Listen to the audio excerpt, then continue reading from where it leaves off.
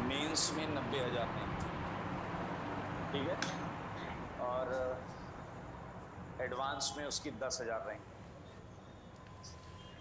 उसे आईआईटी खड़गपुर जाना उसका बचपन से सपना था, तो उसने दो ही कॉलेज भी भरे थे, आईआईटी मुंबई सीएस और फिर आईआईटी खड़गपुर में सारी ब्रांच डाल डाली। मेरे को खड़गपुर जाना है, तो उसने आईआईटी खड़गपुर, तो उसे आईआईटी खड़गपुर मिल गया। तो कल वो इतना बावला हो रहा था, पहले उसने मेरे को कहा सर बात करनी, मैंने कहा कॉल मी। उसके बाद उसकी 4 मिस कॉल आई, फिर एक फोन आया, मैंने उठाया, कहता है, फोन उठाते कहता है सर कॉल करिए हमारा पैसा लग रहा है।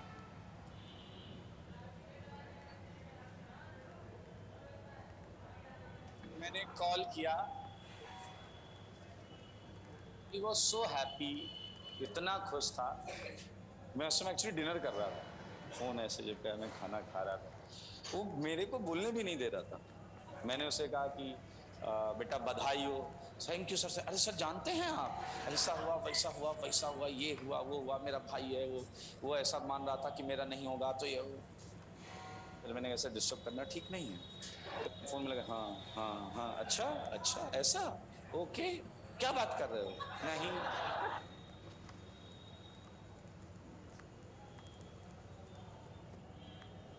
18 मिनट, 18 मिनट के बाद मैंने उससे कहा कि जो ठीक है, और आप कॉलेज जाकर वहां भी मेहनत करिएगा। नहीं वहां तो करेंगे मेहनत।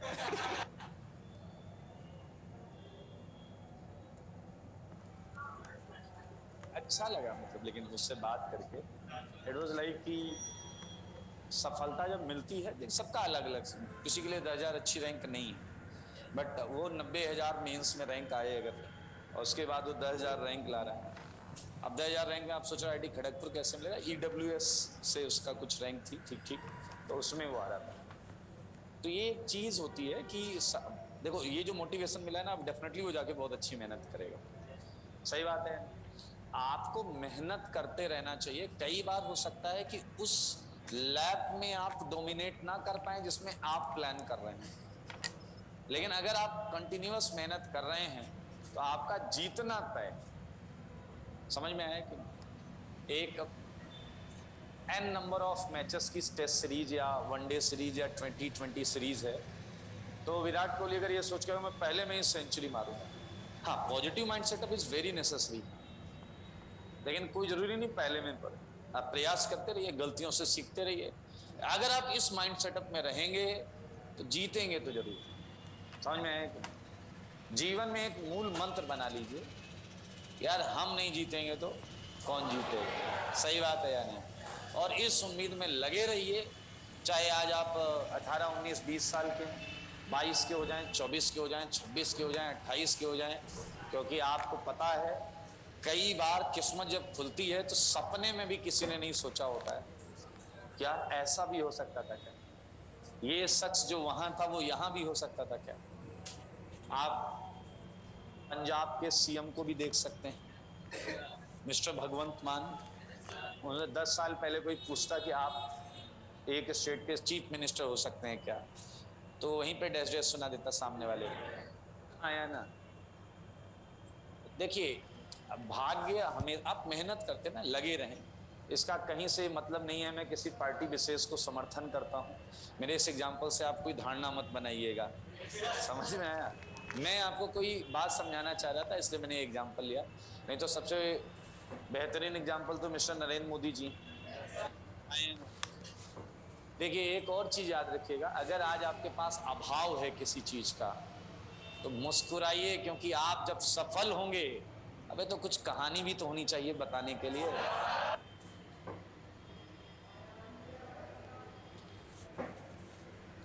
मुझे एक बात बता दो, किसी अरबपति फैमिली का बच्चा आईआईटी में टॉप कर जाए या सेलेक्ट हो जाए, वो क्या बताएगा?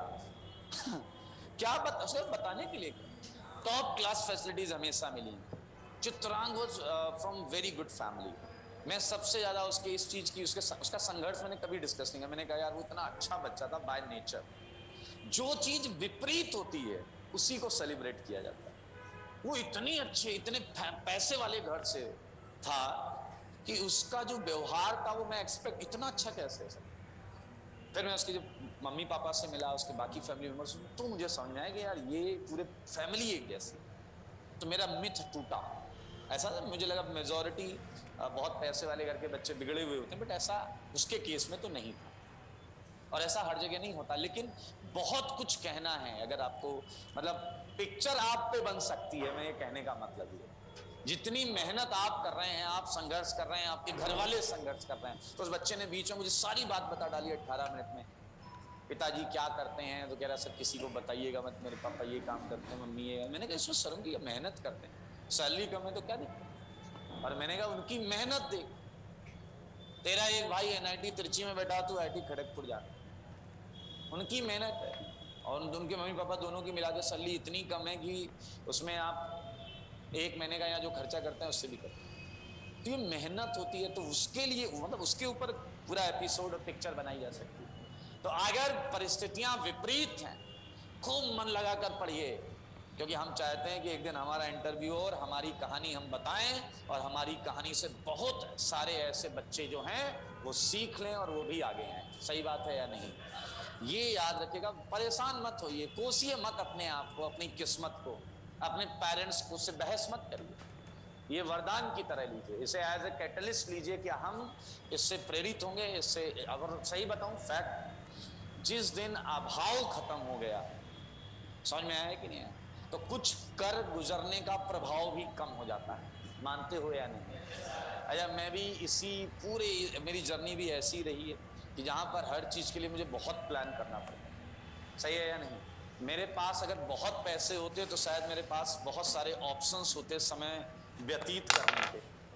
मेरे पास कोई ऑप्शन नहीं था, लिटरली कोई ऑप्शन नहीं था, तो मैं छक मार के 10 मिनट 15 मिनट ऐसे बैठ के देख लेता था। अच्छा वो उधर जा रहा, वो उधर जा रहा, वो बाइक से जा रहा, वो खेल रहा, वो कूद रहा। समझ में आएगी नहीं?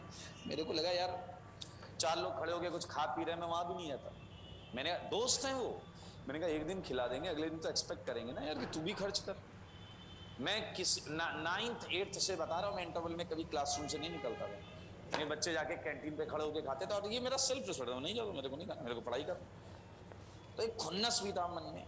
अच्छा, खुन्नस अपने लिए था, ऐसा नहीं घर के लिए नहीं था कि मेरे को इतने पैसे क्यों नहीं देते। अरे मुझे पता है यार, है ही नहीं तो कैसे देंगे। हाँ, गुस्सा तब आना चाहिए जब हो और ना दें। सही बात है। ये कह दे सबसे पहले यस सर बोला है, घर में बात करूंगा। तो मैं इंटरवल में बैठ के मैं क्या करता था, मैं होमवर्क कर रहा हूँ, काम कर रहा हूँ। हाँ है ना? अभी मेरी जेब में पड़े होते पैसे तो मैं जाके और तरह तरह के शौक आ जाते हैं। समझ रहे हो कि नहीं समझ रहे? तो सेलिब्रेट करिए इस चीज को। समझ में आया कि नहीं? और इस बात को याद रखिएगा कि अभाव जो होता है और प्रेशर में जो चीजें निकलती हैं, एक्चुअली वही निखरती हैं। समझ में आया या नहीं? तो इस चीज को लेके कभी अफसोस मत करिएगा। सेलिब्रेशन का ये वो है। वात्सल्य चौहान वाला एग्जांपल याद होगा आपको। वात्सल्य चौहान के पिताजी वेल्डिंग का काम करते थे दूसरे की दुकान में, और दुकान ऐसी उस पे झोपड़ी टाइप की, ऐसा नहीं कि एकदम फ्रेम्ड वर्क। मैं रैंक भूल जाता हूँ उसकी, 382 या 282, 282 या 382 रैंक। ठीक है, जनरल कैटेगरी। वात्सल्य चौहान ड्रॉप के साथ निकाला था उसने। 12th में उसकी आई थी 4,500-5,000 रैंक।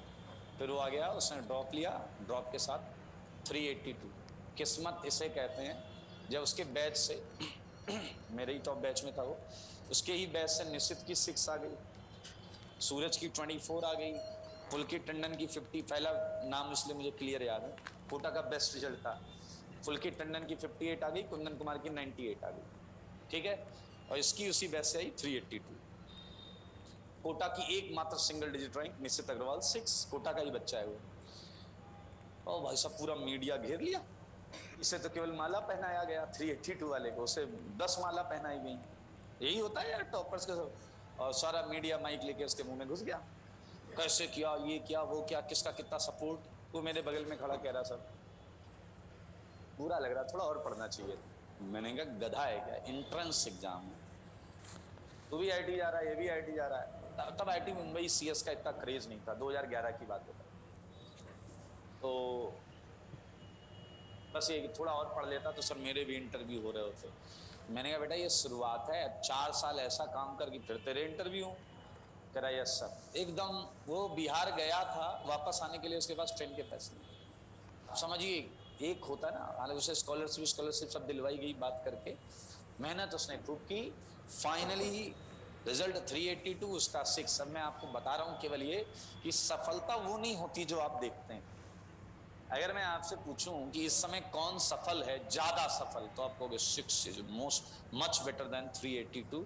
नहीं, 3 साल बाद दोनों का सीन देखिए क्या है।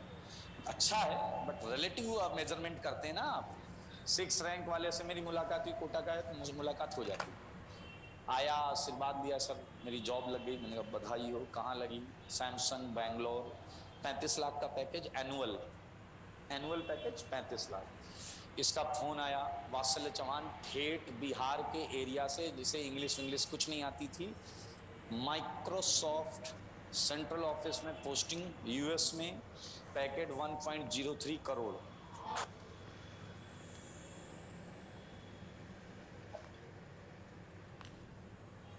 निश्चित के पिताजी खुद इलेक्ट्रिकल इंजीनियर हैं। इसकी बैकग्राउंड ऐसा था कि इस पे पिक्चर बन सकती थी, स्टोरी बन सकती थी। पूरे गल्फ कंट्रीज के जितने मीडिया हाउसेस हैं, सबने क्या इसका 3 महीने तक इंटरव्यू किया है, कुछ करना, रोज फोन आता था, सर आज 3 न्यूज़पेपर वालों ने मेरा इंटरव्यू लिया। मैंने कहा गुड। कहता मैंने उसमें आपके बारे में बताया। मैंने कहा वेरी गुड।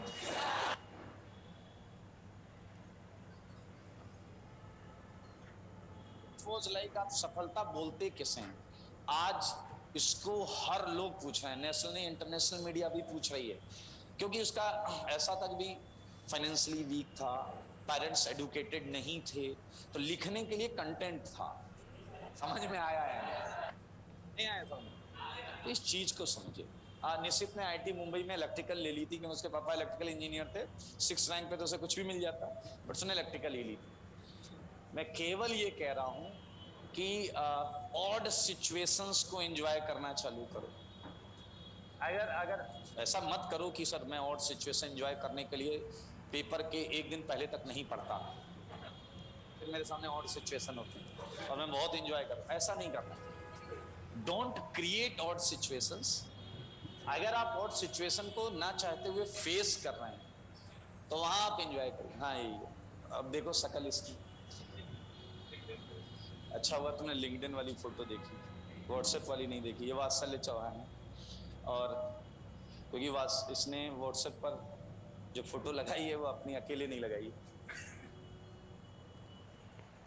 4 साल से वही फोटो है। अभी 6 महीने पहले आया था कोटा, तो घर में बैठा हुआ था, मेरी क्लास थी ऑनलाइन, में क्लास ले रहा था, वो मेरे बेटे को पढ़ा रहा था। चल तेरे को पढ़ाता हूँ मैं ये। अब उसने स्टार्टअप किया है, जैसे ये व्हाइट हेड जूनियर था ना, उस टाइप के उसने 2-3 स्टार्टअप खोले। वो जो नौकरी छोड़ने वाला है अभी, वो है भी, उसका 2.5-3 करोड़ का पैकेज है उसका वगैरह। सर बहुत हो गया, काम कर लिया दूसरे के लिए, खुद की कंपनी बनाऊंगा। तो मेरा बेटा है जो उसे कोडिंग बता रहा था लैपटॉप में, जो कैसे होता है, गेम बनाना सिखा रहा था। मैंने कहा करता रही। तो मैंने उससे पूछा भी, मैंने कहा फोटो के बारे में कुछ बताओ। कह रहा आप तो सीधा आप आशीर्वाद दीजिएगा, क्या बताया जाए आपको। मैंने कहा चलो अच्छी बात है। फिर मैंने पूछा साथ में काम करते हैं? नहीं। फिर मैंने कहा फुर्सत में सुनेंगे तुम्हारी स्टोरी। बेटा देख होता क्या है ना कि, और लिटरली इसका ये कहां से उठ के आया, वो बहुत बहुत आउटस्टैंडिंग परफॉर्मेंस है इसकी। मेहनत जो होती है ना, वो सब नहीं करते, सुनते सब हैं, करते नहीं। और जो करता है फिर आगे चलकर बाकी लोग उसकी सुनते हैं, उसकी अचीवमेंट्स को सुनते हैं। आप बस अपना 100% दीजिए। Don't compare your self with others. वो 25 घंटे पढ़ रहा है, 24 में मत पढ़ो। तुम 10 घंटे पढ़ सकते हो, पढ़ो।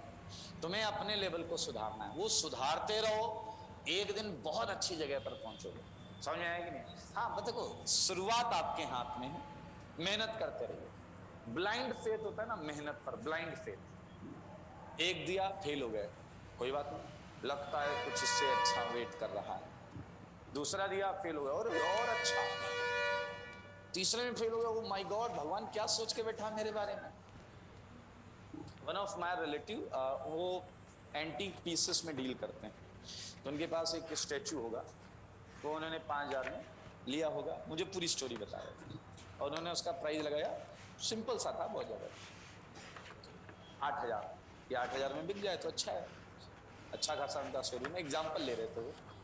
रियल एग्जाम्पल था। तो वो नहीं बिका, 1 साल हो गए, तो मुस्कुराए, रेट टैग हटाया 8,000 का, 12,000 चिपका दिया। दूसरी साल भी नहीं बिका, 16,000 चिपका दिया।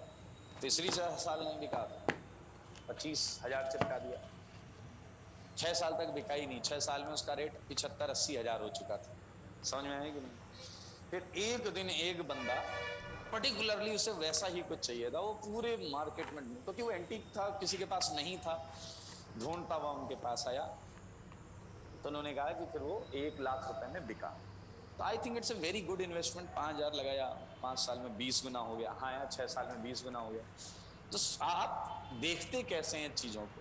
छाती पीटने लगो, अरे मेरे पैसे बर्बाद हो गए। हाँ या ना? समझ में आया कि नहीं?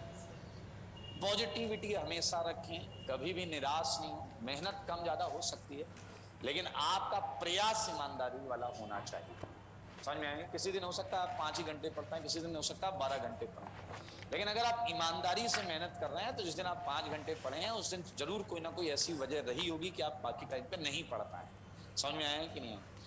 तो ये याद रखिएगा, सफलता का कोई शॉर्टकट नहीं है, ये तो ठीक है, लेकिन अगर आप मेहनत करते रहें कंसिस्टेंटली तो सफलता मिलनी तय है, ये मैं आपको बता सकता। अच्छा, और मैंने इस पूरे पाथ को जिया है, चला है, फेस किया है, तो ये बिल्कुल फुल प्रूफ है। इट्स नॉट लाइक कि मतलब मैंने स्टार्ट किया तो मेरा सब कुछ बहुत बढ़िया था और मैंने किताबें पढ़ी और फिर आपको ज्ञान दे रहा हूँ।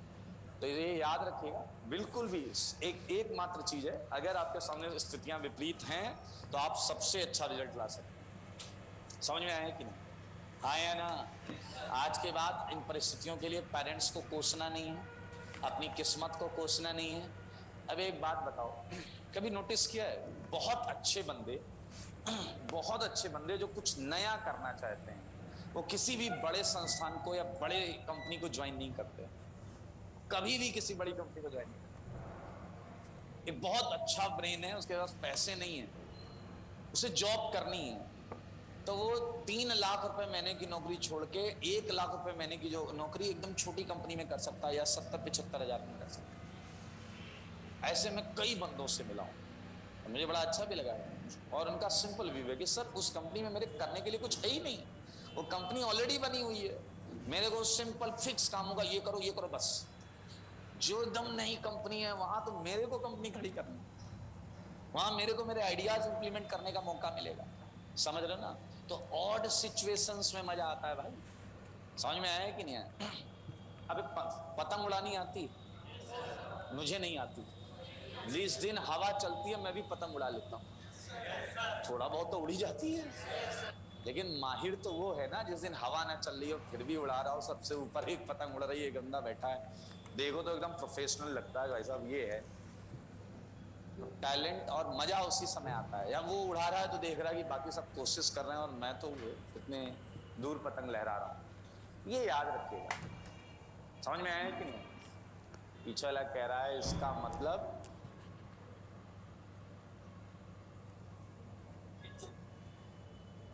समझ में आया कि नहीं? सफलता का मजा खट्टे में है, हाँ या ना? मीठे मीठे में नहीं। क्या हाल है? मैंने उसे थोड़ा चेंज किया था, लेकिन आपने पूरा वही बोल दिया।